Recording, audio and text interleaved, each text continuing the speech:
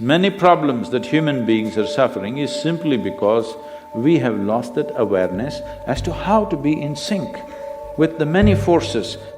If you become in rhythm with life, you will also wake up somewhere after 3 a.m.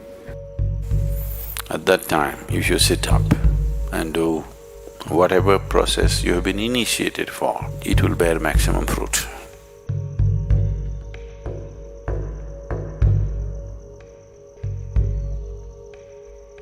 In the way the planet is spinning and what is happening, something very fundamental changes somewhere between 3:20 to 3:40.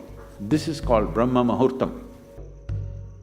This is relevant only up to 33 degrees latitude. Your system, human system, functions in a certain way. It is a possibility. So, there has been an awareness about making use of this possibility.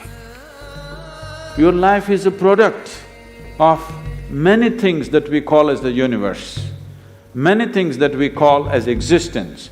So we are a consequence of a certain phenomenal happening that we call as cosmos. We are not an individual existence. So when you get in sync, certain things will happen.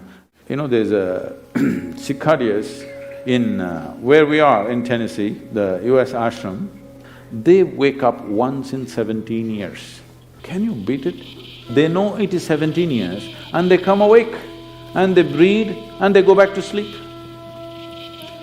They're keeping time once in 17 years, no alarm bell anywhere. Well, how is this?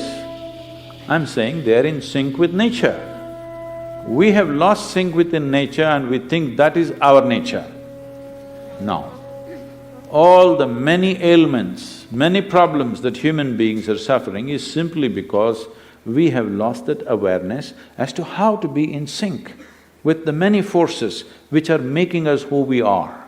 So yoga is to bring that sync so that you are in rhythm with life. If you become in rhythm with life, you will also wake up somewhere just after 3 a.m.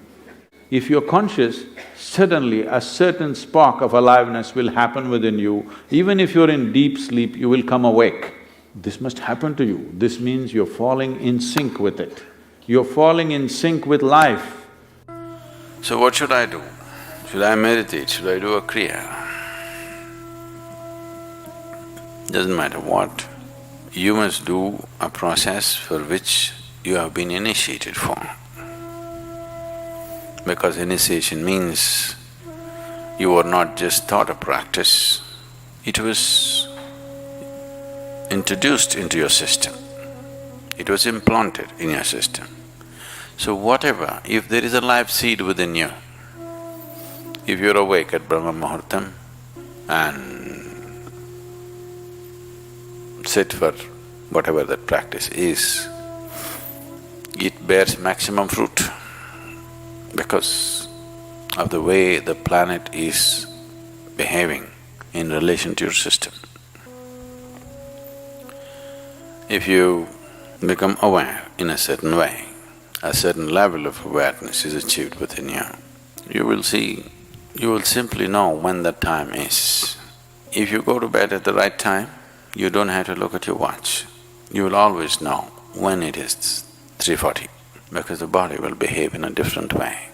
At that time, if you sit up and do whatever process you have been initiated for, not what you picked up from a book, it will bear maximum fruit.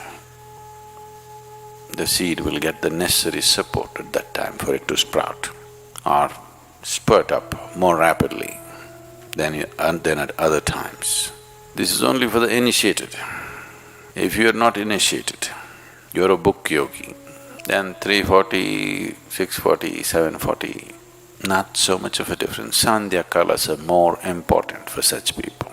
Sandhya means 20 minutes before sunrise, 20 minutes after sunrise, or 20 minutes before sunset and 20 minutes after sunset. The same goes for noon and midnight, but they're of a different nature.